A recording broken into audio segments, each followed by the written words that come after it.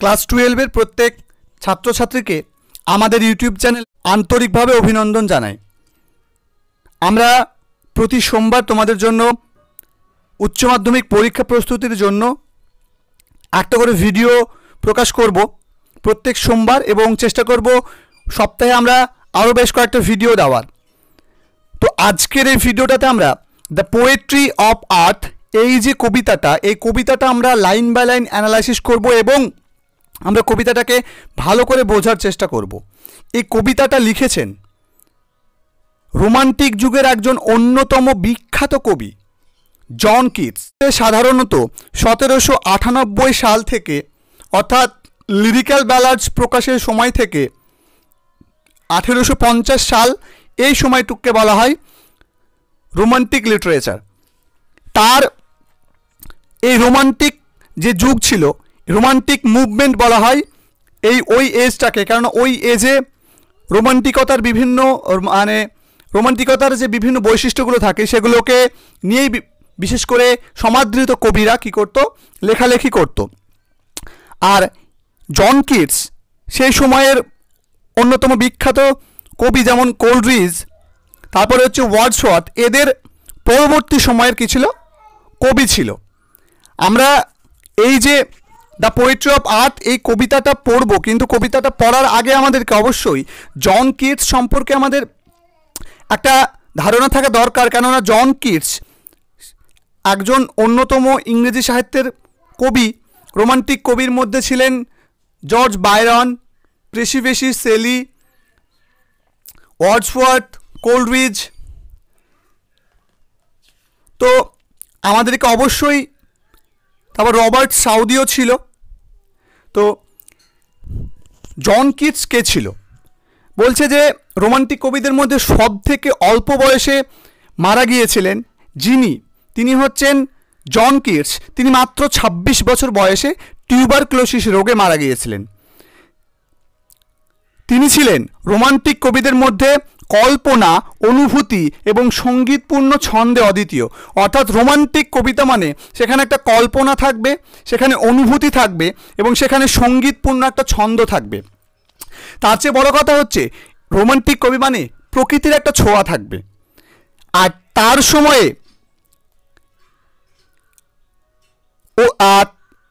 তার অতি অসময়ে মৃত্যুতে ইংরেজি কবিতার একটা অপূরণীয় ক্ষতি হয়েছিল। কিটস ছিলেন সৌন্দর্যের কবি। তার কাব্যের মূল মন্ত্র ছিল a thing of beauty is a joy for ever.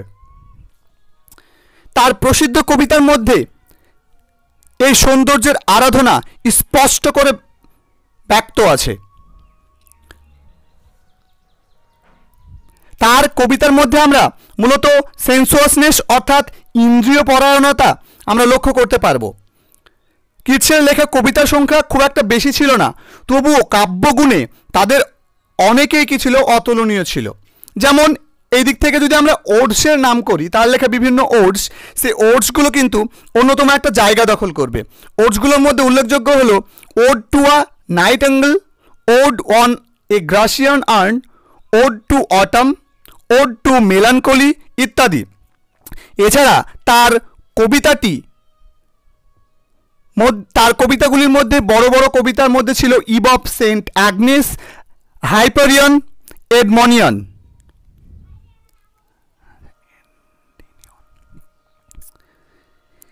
এন্ডিনিয়ান এবং আরও একটা উল্লেখযোগ্য তার কবিতা ছিল, সেটা হচ্ছে ইসাবেলা।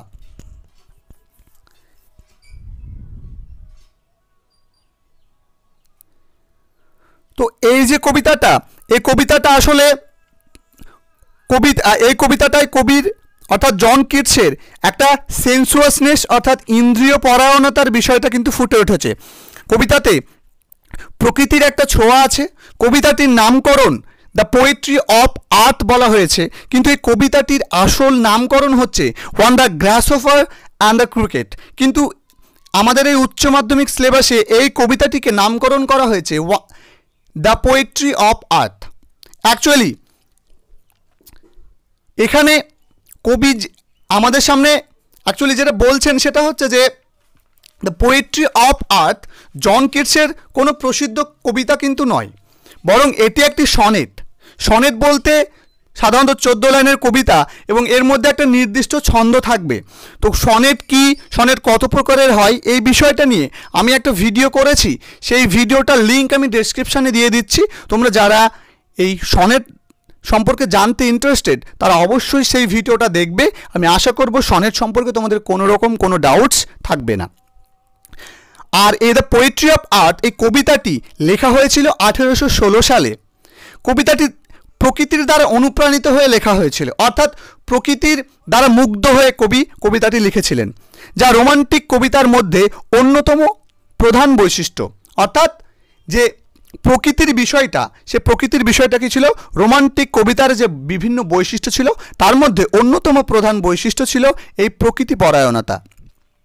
সংক্ষেপে বলতে গেলে এই কবিতাটি পৃথিবীর কাব্য বা কবিতা অর্থাৎ প্রকৃতির সাউন্ডকে বর্ণনা করেছেন, যেটা অক্টেভ ও সেস্টেট এর মধ্যে দিয়ে কবি তুলে ধরেছেন। যেহেতু একটা সনেটে দুটো অংশ থাকে, একটা অক্টেভ মানে 8 লাইন এবং একটা সেস্টেট মানে হচ্ছে 6 লাইন। তো এইখানে অক্টেভ এবং সেস্টেটের মধ্যে দিয়ে কিন্তু কবি এই যে পোয়েট্রি অফ আর্ট এর সম্পর্কে কি করেছেন, একটা সুন্দর বর্ণনা দিয়েছেন। তিনি আসলে এই কবিতাটিতে একটা ইমেজারি ব্যবহার করেছেন, প্রকৃতির একটা ইমেজারি ব্যবহার করেছেন। এই পৃথিবীতে অনেক সাউন্ড আছে, যেমন পাখির ডাক, পশুর ডাক বা পতঙ্গের গুঞ্জন দিয়ে কিন্তু আসলে একটা প্রকৃতির সৃষ্টি হয় বা একটা পৃথিবীর সৃষ্টি হয়। আর আসলে এই ডাকগুলো হচ্ছে পৃথিবীর ভয়েস। কবি এই ডাকগুলোকে বলেছেন পৃথিবীর ভয়েস বা দ্য পোয়েট্রি অফ আর্থ বা পৃথিবীর মিউজিক বলে তিনি উল্লেখ করেছেন। এটা আসলে একটা পেট্রার্কান সনেট। এটা অক্টেভ এবং একটা সেস্টেট নিয়ে গঠিত। অক্টেভ 2 কোয়াট্রেন্টস অর্থাৎ 4 লাইনের দুটো কোয়াট্রেন আছে, যা এবি বিএ এ ছন্দে লেখা হয়েছে। আর সেস্টেট গঠিত হয়েছে টারসেটস নিয়ে, যা সিডিই এই ছন্দে লেখা হয়েছে। অর্থাৎ 3 লাইন 3 লাইন এই ছন্দটা মিলিয়ে লেখা হয়েছে। আর আমরা এই যে তোমাদের যে কবিতাটা, এই কবিতাটা প্রথম যে 4 লাইন, সে 4 লাইনে কবি বর্ণনা করেছেন অ্যাবাউট দ্য সামার, অর্থাৎ সামার সম্পর্কে, গ্রীষ্ম সম্পর্কে। আর পরের 4 লাইনে তিনি ব্যাখ্যা করেছেন অ্যাবাউট দ্য গ্রাসোফার, অর্থাৎ গ্রাসোফারের বিভিন্ন কাজ সম্পর্কে। এরপরে সেস্টেটের প্রথম যে 3 লাইন, সেই 3 লাইনে কবি উইন্টার সম্পর্কে তথ্য দিয়েছেন। ঠিক তার সর্বশেষ 3 লাইনে কবি উইন্টার সম্পর্কে একটা তথ্য দিয়েছেন। আসলে এই কবিতাটিতে কবি যেটা বিশেষভাবে তুলে ধরার চেষ্টা করেছেন সেটা হচ্ছে যে poetry of earth is never dead, অর্থাৎ পৃথিবীর কবিতা কখনো মরে না। এই যে poetry of earth is never dead, এই বিষয়টাকে কিভাবে পোয়েট্রি অফ আর্থ মারা যায় না বা কিভাবে পোয়েট্রি অফ আর্থ চিরকালীন পৃথিবীতে বিরাজ করে, তাই হচ্ছে এই কবিতাটার মূল মন্ত্র। এই প্রত্যেকটা লাইনের মধ্যে দিয়ে কবি এটাকে বোঝানোর চেষ্টা করেছেন। আর কবি এটাকে বেশি গুরুত্ব দিয়েছেন কেন, কারণ এই লাইনটাকে, একই অর্থটাকে কবি অন্যভাবে আবারও সেস্টেটের প্রথম লাইনে তিনি ব্যাখ্যা করেছেন, যার ফলে আমরা বলতে পারি এই কবিতাটি পুরোপুরি মুভ অন হচ্ছে কোনটার দিকে, যে কিভাবে প্রকৃতির অর্থাৎ পৃথিবীর কবিতা কিভাবে চিরজীবন স্থায়ী থাকে, সেটাই কবি এখানে বোঝাতে চেয়েছেন। কবিতাটিতে কবি জোর দিয়ে বলতে চেয়েছেন যে poetry of earth is never dead, অর্থাৎ পৃথিবীর কবিতার কখনো মৃত্যু হয় না।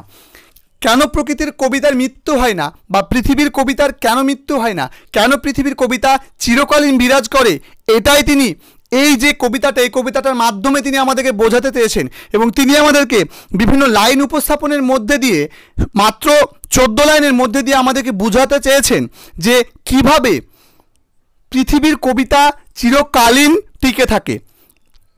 এটা তিনি আমাদেরকে বোঝাতে চেয়েছেন। তিনি একদম প্রথম যে লাইন, কবিতার যে প্রথম লাইন, সেই প্রথম লাইনে কবি উল্লেখ করছেন যে the poetry of earth is never dead, অর্থাৎ পৃথিবীর কবিতা কখনো মারা যায় না বা পৃথিবীর কবিতার কখনো মৃত্যু হয় না। when all the birds are faint with the hot sun, বলছে যে যখন সমস্ত পাখিরা দুর্বল হয়ে পড়ে প্রখর উত্তাপে। ফেন্ট মানে এখানে দুর্বল হয়ে পড়া, অর্থাৎ অ্যাকচুয়ালি ফেন্ট বলতে যেহেতু দুর্বল হয়ে পড়া, কিন্তু এখানে কবি আনএবল টু টিউন বা আনএবল টু গিভ নোট অর্থাৎ সুর দিতে অক্ষম, এই অর্থটাতে কবি ফেন্ট কথাটাকে ইউজ করেছেন।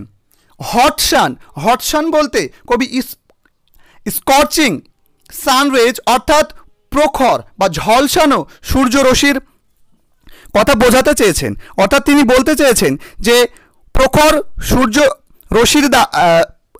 সূর্যরশ্মির দ্বারা যখন সমস্ত পাখিরা সুর দিতে অক্ষম হয়ে পড়ে তখন কি করে, তখন অ্যাক্টিভিটিটা কি সেটা উল্লেখ করছে। দেখো, and hide in cooling trees, কি করে তারা যেন, কুলিং ট্রিজ বলতে এখানে শীতল ছায়াযুক্ত গাছের তলাতে কি করে, আশ্রয় নেয়।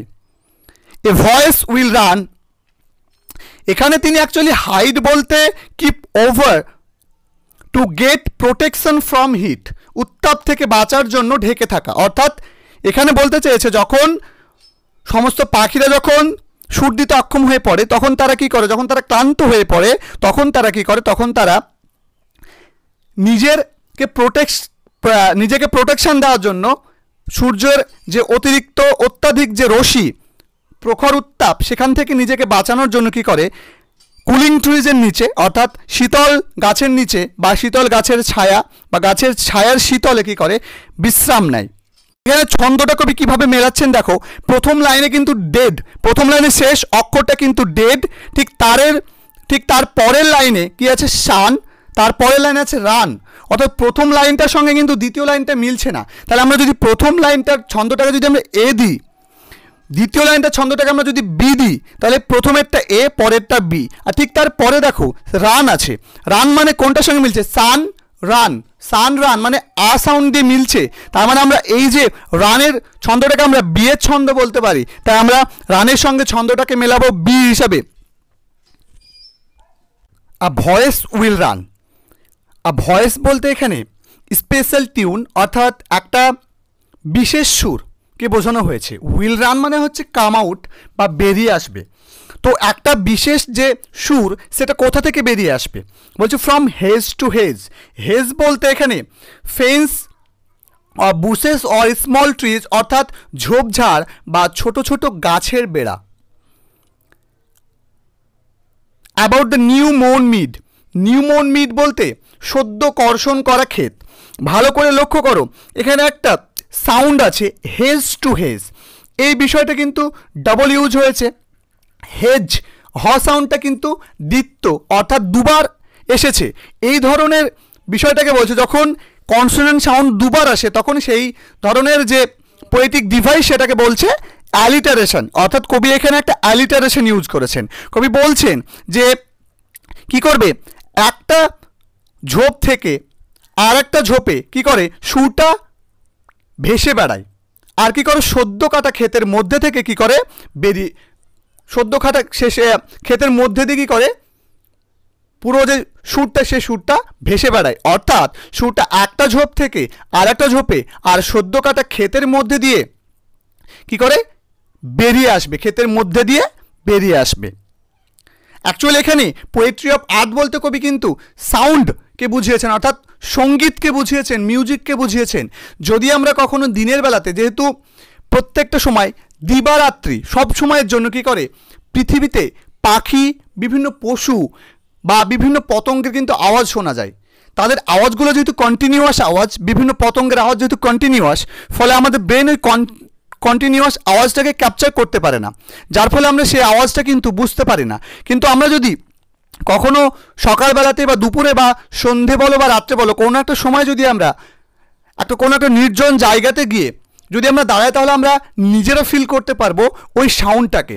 বা যদি নিজেরা ফিল নাও করতে পারি, দেখবে আমাদের মোবাইলের যে ভয়েস রেকর্ডার আছে সেই রেকর্ডারের মাধ্যমে কিন্তু আশেপাশের সাউন্ডটা কিন্তু খুব ভালোভাবে ক্যাপচার করতে পারে। যার ফলে কি হয়, যার ফলে যে আশেপাশের যে বিভিন্ন পতঙ্গের আওয়াজগুলো, পাখির আওয়াজগুলো যেটা আমাদের কানে ভেসে আসছে না, সেটা কিন্তু হঠাৎ করে কি করে, সেটা কিন্তু এই মোবাইল রেকর্ডারের মাধ্যমে কিন্তু কী হয়, ক্যাচ করে যায়। কেননা আমাদের ব্রেনটা কন্টিনিউয়াস সাউন্ডকে ক্যাচ করতে পারে না, যার ফলে এই ব্যাপারটা কিন্তু ঘটে। তো এই যে সাউন্ডটা, পৃথিবীর এই যে মিউজিকটা, এই মিউজিকটা কিন্তু অত্যন্ত সুন্দর একটা মিউজিক।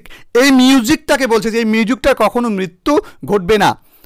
কি বলছে যে যখনই পাখিরা, সমস্ত পাখিরা যখন তাদের গুঞ্জন কমিয়ে দেবে, যখন ক্লান্ত হয়ে পড়বে এবং তারা যখন শীতল ছায়া আশ্রয় নেবে, তখন কি করবে, তখন একটা সাউন্ড ঝোপঝাড়ের থেকে, ছোট ছোট গাছের মধ্যে থেকে, বা সদ্য কাটা শস্য ক্ষেতের উপর দিয়ে কী করবে, উপর থেকে কী করবে, বা সদ্য ক্ষেতের মধ্যে থেকে কী করবে, বেরিয়ে আসবে।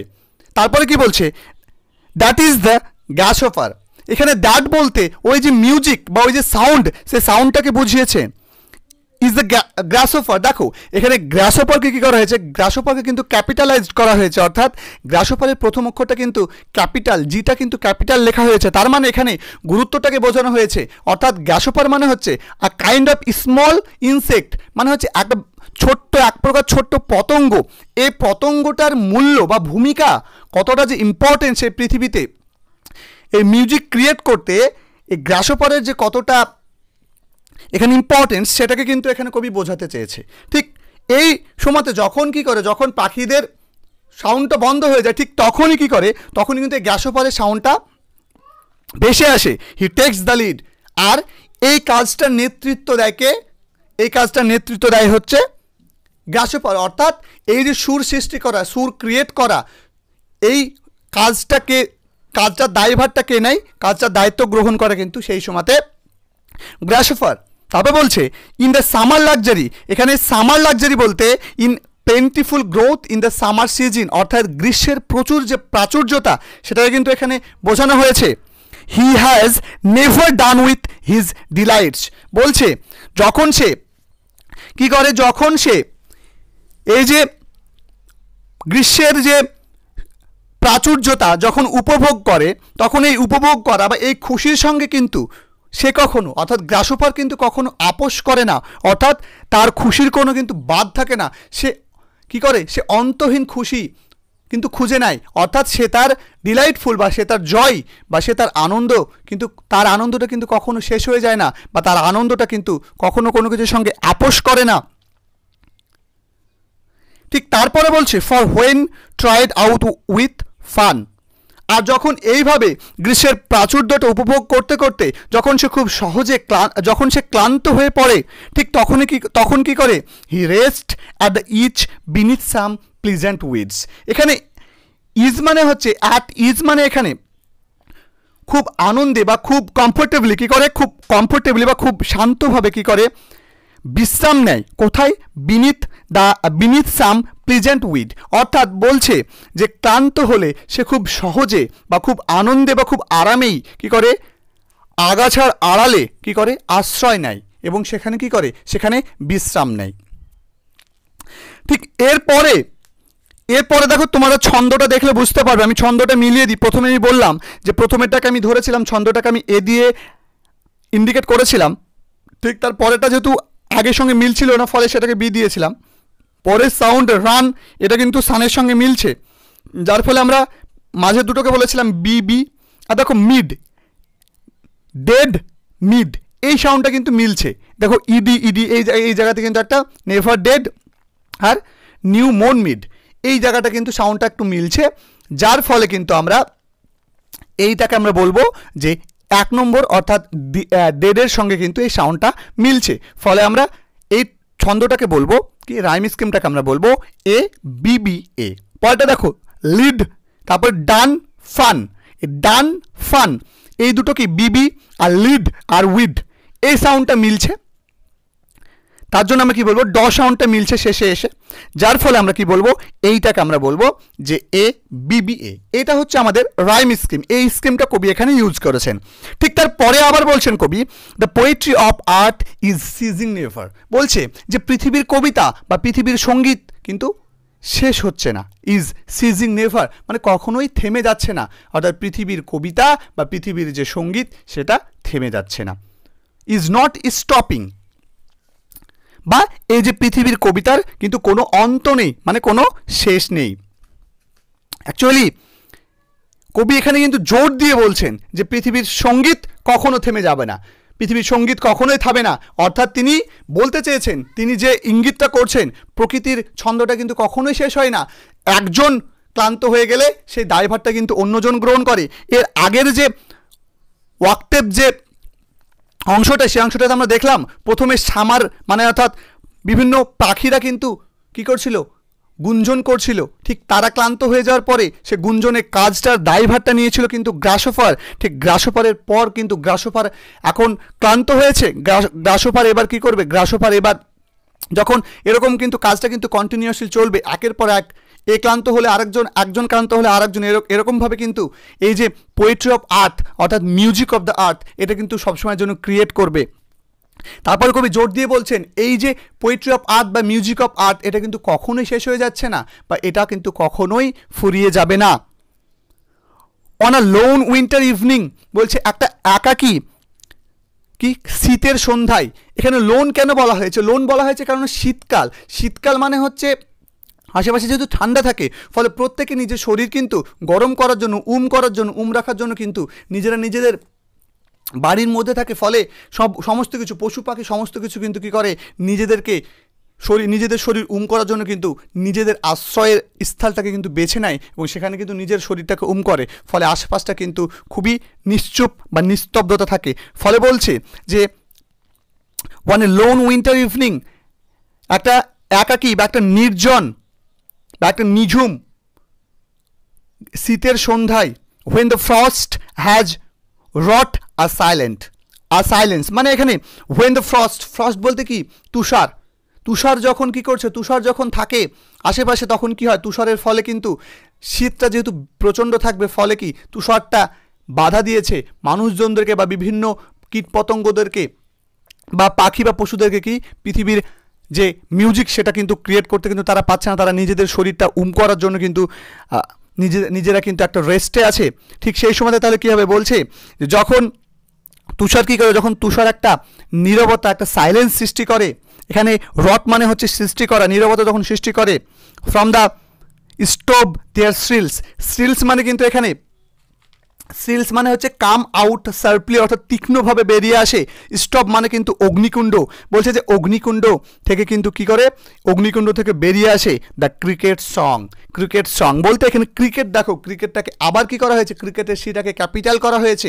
মানে ক্রিকেটের ইম্পর্টেন্সটাকে এখানে বোঝানো হচ্ছে কি করতে, পৃথিবীর মিউজিকটা বা পৃথিবীর কাব্যটাকে ধরে রাখার জন্য, পৃথিবীর কাব্যটাকে এখানে চিরস্থায়ী করে রাখার জন্য ক্রিকেটের সঙ্গের যে ভূমিকাটা, ক্রিকেটের যে ভূমিকা, ঝিঝি পোকা, ক্রিকেট বলতে আ কাইন্ড অফ স্মল ইনসেক্ট, এখানে কিন্তু এই ক্রিকেট বলতেও কিন্তু এখানে কবি একটা ছোট্ট ক্ষুদ্র পতঙ্গ যেটা হচ্ছে ঝিঝি পোকাটা সাধারণত কী করে, যদি এরা সবসময়তে এরা কিন্তু সবসময় তাদের কি গুঞ্জন বা তাদের আওয়াজটা কিন্তু করে, কিন্তু আমরা এটা বুঝতে পারি না কেন, তাদের আওয়াজটা কন্টিনিউয়াস, যেটা আমাদের ব্রেন ক্যাপচার করতে পারে না। কিন্তু রাত্রের দিকে আমরা যদি কোনো একটা রাত্রে যদি নিশ্চুপ একটা জায়গাতে দাঁড়িয়ে যদি আমরা দেখি, তাহলে আমরা কিন্তু অনেক সময় বুঝতে পারবো যে ঝিঝি পোকার আওয়াজটা আমরা কিন্তু আমাদের রাত্রেবেলাতে কিন্তু আমাদের কানে আসে। সেই আওয়াজটা কিন্তু কি করবে, এখানে কিন্তু ইন্ডিকেট করা হচ্ছে যে পৃথিবীর মিউজিক বা কাব্যটাকে ধরে রাখার জন্য ক্রিকেটের বা ঝিঝি পোকার গান, ঝিঝি পোকার সঙ্গীতটা কতটা গুরুত্বপূর্ণ, ইম্পর্টেন্স কতটা, এটা বোঝানোর জন্য কিন্তু কবি এখানে ক্রিকেটটাকে কিন্তু ক্যাপিটালে লিখেছেন। বলছে ইন অর্থ ইনক্রিজিং এভার, অর্থাৎ এখানে বলছে যেহেতু শীতকালটা, যেহেতু বিশেষ করে আমরা শীতকালে কিন্তু ঝিঝি পোকার আওয়াজটা বেশি শুনতে পাই, কেননা শীতকাল ঝিঝি পোকার আওয়াজটা আমরা বেশি শুনতে পাই যখন কি সমস্ত কিছু কী করে, যেহেতু শীতকালে তারা শরীর করার জন্য কী করে, আশেপাশের অগ্নিকুণ্ড কিন্তু বেছে নেয় ঝিঝি পোকারা, যেখানে তাদের শরীর উষ্ণ হয় এবং তারা কী করে, তারা কিন্তু ওই ঝিঝি আওয়াজটা করে, ঝিঝি পোকার নিজেদের আওয়াজটা করে।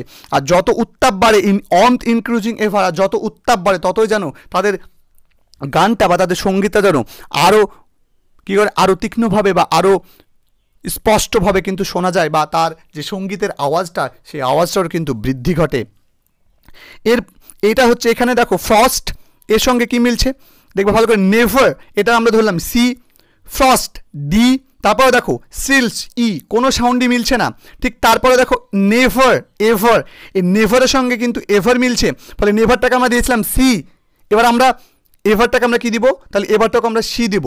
ফ্রস্টটাকে আমরা দিয়েছিলাম ডি, তাহলে ফ্রস্ট লস্ট, লাস্টের দন্তে শর্ট এ সাউন্ডটা ফিরে আসছে, ফলে এটাকে আমরা দিলাম ডি ডি। পরে দেখো সিলস, আর লাস্টে আছে হিলস এস, এটাকে আমরা দেবো কি, এটাকে আমরা দেবো ই ই।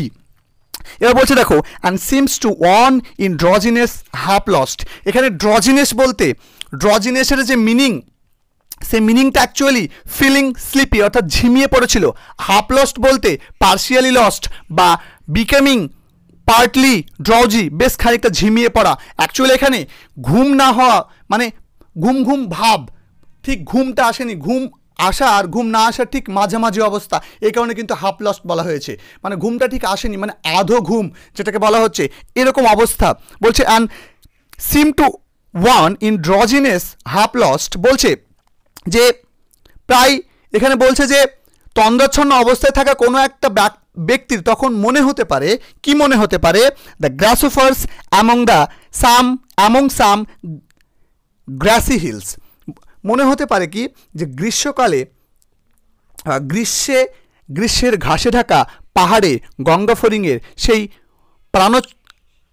প্রাণচাঞ্চল্য এখনও যেন হারিয়ে যায়নি। অর্থাৎ কোনো একজনের মনে হতে পারে যে ওই যে গ্রাসোফার, বা এখানে কিন্তু ক্রিকেটের সংটাকে ইন্ডিকেট করার পরে আবার তিনি এখানে গ্রাসোফার নিয়ে আসছেন, মানে বলতে চাইছেন যে যে ঝিঝি পোকার আওয়াজটা আসছে কোনো একজন কাছে মনে হতে পারে যে অর্ধ ঘুমে আছে বা তন্দ্রাচ্ছন্ন আছে, ঠিক ঘুমটা তার আসেনি, যেন সে জেগেই আছে কিন্তু ঘুমের ঘোরে আছে। এমন অবস্থাতে কি কোনো একজনের কাছে মনে হতে পারে যেন ওই ঝিঝি পোকার আওয়াজটা যেন মনে হতে পারে যেন গ্রীষ্মের দিনের ঘাসে ঢাকা পাহাড়ের কি, পাহাড়ের মধ্যে যেন কি এখনও ওই যে গঙ্গা ফড়িংয়ের যে প্রাণ চাঞ্চল্য ব্যাপারটা, সেই চাঞ্চল্য ব্যাপারটা যেন এখনও আছে, অর্থাৎ তার যে খুশি উপভোগ করার ব্যাপারটা, সেই ব্যাপারটা কিন্তু এখনও রয়ে গেছে। এটা এই কবিতাতে কবি কিন্তু বোঝাতে চেয়েছেন। অর্থাৎ তিনি বারবার বলতে চেয়েছেন যে যখনই বার্ডসরা ক্লান্ত হয়ে গেছে, তারা ট্রিজে আশ্রয় নিয়েছে, তারপর ঠিক সেই মিউজিক ক্রিয়েট করার দায়িত্বটা নিয়েছে গ্রাসোফার যখন আনন্দ উপভোগ করতে করতে, সূর্যের প্রাচুর্যতা উপভোগ করতে করতে যখন ক্লান্ত হয়েছে, সেও যখন বিশ্রাম নিয়েছে, ঠিক তখন কি করেছে, তখন উইন্টারের যেহেতু ফ্রস্ট চারিদিকটাকে কী করেছে, নিস্তব্ধতা সৃষ্টি করেছে চারিদিকে, সেই নিস্তব্ধতা সৃষ্টি করার জন্য ক্রিকেট আছে, অর্থাৎ শীতকালের যে ঝিঝি পোকার আওয়াজ আমরা শুনতে পাই, সেই ঝিঝি পোকা কী করছে, আওয়াজ করছে, অর্থাৎ পৃথিবীর মিউজিক সৃষ্টি করার দায়িত্বটা নিচ্ছে এবং সৃষ্টি করে যাচ্ছে। ঠিক ক্রিকেটের পরে ক্রিকেটটা যতই উষ্ণ হয়, নিজের শরীর যতটা হয়, আসলে যখন ওরা নিজেরা কোনো একটা জায়গায় আশ্রয় খুঁজে পায়, গরম উষ্ণ জায়গা খুঁজে পায়, সেখানে উষ্ণ জায়গা থেকে কি করে তারা আওয়াজ করে, তারা মনের যেহেতু উত্তাপটা সৃষ্টি হয়, যেহেতু শীত থেকে তারা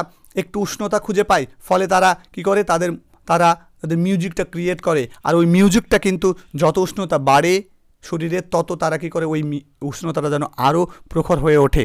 আর ঠিক তখনই কোনো একজন মানুষ যখন অর্ধ ঘুমে থাকে, তন্দ্রাচ্ছন্ন অবস্থায় থাকে, ঘুমের ঘোরে থাকে, তখনই কি করে, তখনই ওই ঝিঝি পোকার আওয়াজটাকে কোনো একজনের মনে হতে পারে যেন গ্রাসোফার যেন এখনও ওই গ্রীষ্মের যে ঘাসে ঢাকা পাহাড়, সেই পাহাড়ের কাছ থেকে যেন ওই গ্রাসোফারের আওয়াজটা যেন আসছে। অর্থাৎ একজন অর্ধতন্দ্রাচ্ছন্ন বা তন্দ্রাচ্ছন্ন একজন ব্যক্তি যেন কি করে, যেন গ্রাসোফারটাকে ফিল করতে পারে, গ্রাসোফারের যে মিউজিকটা, সেই মিউজিকটাকে ফিল করতে পারে। তার মনে হয় যেন এখনও গ্রীষ্মের যে ঘাসে ঢাকা পাহাড় আছে, সেই পাহাড়ে যেন এখনও সেই ঘাস ফড়িংয়ের প্রাণচাঞ্চল্য ব্যাপারটা যেন এখনও রয়ে গেছে, এটা তার মনে হতে পারে। এই কবিতাটাকে কিন্তু আরও একটা দৃষ্টিকোণ থেকে কিন্তু ব্যাখ্যা করা যায়। আমরা এই দৃষ্টিকোণ থেকে তোমাদেরকে লিটারারি এই কবিতাটাকে ব্যাখ্যা করলাম, কেননা উচ্চ মাধ্যমিকে তোমাদের এই কবিতাটার থেকে কিন্তু প্রশ্ন আসবে। এই কবিতাটার কিন্তু আমাদের বিশেষ করে অতটা ডিপলি আলোচনা করার কিন্তু এখানে আমাদের প্রয়াসটা দেয়নি বা প্রসারটা দেয়নি, কেননা আমাদেরকে প্রত্যেকটা লাইন ভালো করে আমাদেরকে বুঝতে হবে যে কবি আমাদেরকে কী বোঝাতে চেয়েছেন। সেটা পয়েন্ট অফ ভিউ অন্যরকম হতে পারে, কিন্তু এটা আমাদের বোঝাতে হবে। দেখো, প্রত্যেকটা কবিতা দেখে আমরা কিন্তু একটা বুঝতে পারলাম যে ন্যাচারের ইমেজারিটা, ন্যাচারের দৃশ্যটাকে তিনি কীভাবে তুলে ধরেছেন। যেমন আমরা কবিতাটা পড়তে পড়তে দেখতে পাবো যে কবিতাটা যদি আমরা মনোযোগ সহকারে পড়ি তাহলে আমাদের মধ্যে একটা আকর্ষণ যদি ধরে যায়, তাহলে আমরা কবিতাটা পড়তে পড়তে কিন্তু যেই জায়গাতে পাখির আওয়াজের কথা আমরা শুনেছিলাম ঠিক সেই জায়গাতে আমাদের পাখির আওয়াজটা কিন্তু আমাদের কানে ভেসে এসেছিল। এইটা কিন্তু একটা ন্যাচারাল ইমেজারি। এটা কিন্তু জন কিটস সৃষ্টি করেছেন তার কবিতার মধ্যে দিয়ে, যেটা আমাদের ইন্দ্রিয় পরায়ণতা, যেটা আমাদের ইন্দ্রিয়কে ছুঁয়ে যাচ্ছে। এরপরে গ্রাসপরের যে ব্যাপারটা, সেই ব্যাপারটাকে কিন্তু আমরা ফিল করতে পেরেছিলাম, ঘাসফড়িংয়ে কিন্তু আমরা ফিল করতে পেরেছিলাম। হয়তোবা ঘাসফড়িংয়ের চিত্রটা, ঘাসফড়িংয়ের যে মানে ইমেজটা, সেই ইমেজটা কিন্তু আমাদের চোখের সামনে ভেসে এসেছিলো। অর্থাৎ ঘাসফড়িংটাকে আমরা যারা দেখেছি তারা কিন্তু ওই ঘাসফড়িংটা কিন্তু আমাদের চোখের সামনে ভেসে আসছিল। ঠিক তারপরে কিন্তু আমরা পরবর্তীতে আমরা যখন এই ঝিঝি পোকার আওয়াজের কথাটা শুনলাম, তখন ঠিক ঝিঝি পোকার আওয়াজটাও কিন্তু আমাদের সামনে ভেসে আসছিল। স্টোভের কথা যখন বলেছিলাম তখন কিন্তু সমস্ত কিছু এই বিষয়গুলো কিন্তু আমাদের চোখের সামনে কিন্তু ভেসে আসছিল। ঘাসে ঢাকা পাহাড় কিন্তু আমরা একটু হলেও আমরা যেন কল্পনা করতে পারছিলাম যে ঘাসে ঢাকা পাহাড়টা কেমন হবে। অর্থাৎ ন্যাচারাল ইমেজারিটা কবি এমনভাবে সেট করেছেন যেটাকে আমরা বলতে পারি যে কবিতাটা অবশ্যই একটা ন্যাচারাল ইমেজারি কবিতাটা সেট করেছেন কবি। ঠিক সেই সঙ্গে সঙ্গে একটা সেন্সাসনেস ব্যাপার আছে, যে সেন্সাসনেস ব্যাপারটা আমরা যারা পাঠক, এই কবিতাটা যারা আমরা পাঠ করলাম, এই কবিতাটা পড়তে পড়তে বা তোমরা কবিতাটা শুনতে শুনতে কিন্তু সেই বিষয়টাকে ফিল করতে পেরেছো। এটাই হচ্ছে জন কিটসের একটা অন্যতম বৈশিষ্ট্য কবিতা লেখার, যেন কবিতাটার সঙ্গে তিনি বাস্তবটাকে কিন্তু মিশিয়ে দেন, ফলে আমরা একটা কল্পনা জগতে হারিয়ে যাই, যেটা কিন্তু রোমান্টিকতার একটা বৈশিষ্ট্য। বাস্তবে থাকতে থাকতে হঠাৎ করে আমরা একটা কল্পনা জগতে কিন্তু হারিয়ে যাই, তারপরে সেখানে একটা ন্যাচারাল ইমেজারি সৃষ্টি হয়, সেখানে অনুভূতি থাকে, আবেগ থাকে, একটা ইন্দ্রিয় পরায়ণতার ব্যাপার থাকে। এই বিষয়গুলো কিন্তু আমরা নিজেরা কিন্তু কবিতাটা পড়তে পড়তে ফিল করতে পারি, আর এটাই হচ্ছে রোমান্টিক যুগের বিশেষ বৈশিষ্ট্য। আর আমরা বাস্তবের সঙ্গে প্রকৃতির যে ব্যাপারটা বা ইমেজারিটা যেটা কবি সৃষ্টি করেছেন, সেটা কিন্তু আমরা ফিল করতে পেরেছি, যার কারণে এই কবিতাটাকে আমরা রোমান্টিক পোয়েমে বলতে পারি। তো এই ছিল তোমাদের কবিতাটা, আমি একটা দৃষ্টিকোণ থেকে তোমাদের সঙ্গে আলোচনা করার চেষ্টা করলাম। যদি তোমাদের কবিতাটা ভালো লেগে থাকে তাহলে অবশ্যই ভিডিওটাকে লাইক করবে, সমস্ত বন্ধুদের সঙ্গে ভিডিওটাকে শেয়ার করে দেবে। আর আমরা তোমাদের জন্য 2021 উচ্চ মাধ্যমিক পরীক্ষা প্রস্তুতি শুরু করব। ইতিমধ্যে আজকের এই ভিডিওটা আমরা প্রথম ভিডিও প্রকাশ করলাম। তোমাদের এর আগে আমরা 3টে কবিতা আলোচনা করেছিলাম, তো ওই 3টে কবিতা তোমরা দেখে নেবে। আমরা পরবর্তীতে আবার তোমাদের জন্য কবিতার ভিডিও নিয়ে আসবো। তার আগে আমরা গল্পগুলোকে আমরা শেষ করব এবং ইম্পর্টেন্স কোশ্চেনগুলো আমরা এখান থেকে আলোচনা করে দেবো। আর বিশেষভাবে মনে রাখবে, আমরা এই যে কবিতাটা, এই কবিতাটা একটা মাস্টার নোট তোমাদের সঙ্গে শেয়ার করব। আমাদের যে ওয়েবসাইট আছে শিক্ষা কুটির, সেই ওয়েবসাইটে আমরা এই কবিতাটার মাস্টার নোটটা আমরা শেয়ার করে দেবো। সেই সঙ্গে সঙ্গে আমরা এই যে কবিতাটা যে মাস্টার নোট, এই মাস্টার নোটটা কিন্তু আমরা আমাদের ইউটিউব চ্যানেলেও খুব তাড়াতাড়ি নিয়ে আসবো। এই কবিতাটা থেকে মাস্টার নোট, যে নোটটা পড়লে তোমরা শর্ট কোশ্চেন থেকে শুরু করে বিভিন্ন কাটা কোশ্চেন বলবো, যে কোনো ধরনের প্রশ্ন তোমরা কিন্তু আনসার দিতে পারবে। আমি আশা করবো এই কবিতাটা তোমাদের কাছে অনেকটা সহজ করে উপস্থাপন করতে পেরেছি। দেখা হচ্ছে পরবর্তী ভিডিওতে, ততক্ষণ পর্যন্ত সুস্থ থাকবে, সুন্দর থাকবে। ধন্যবাদ।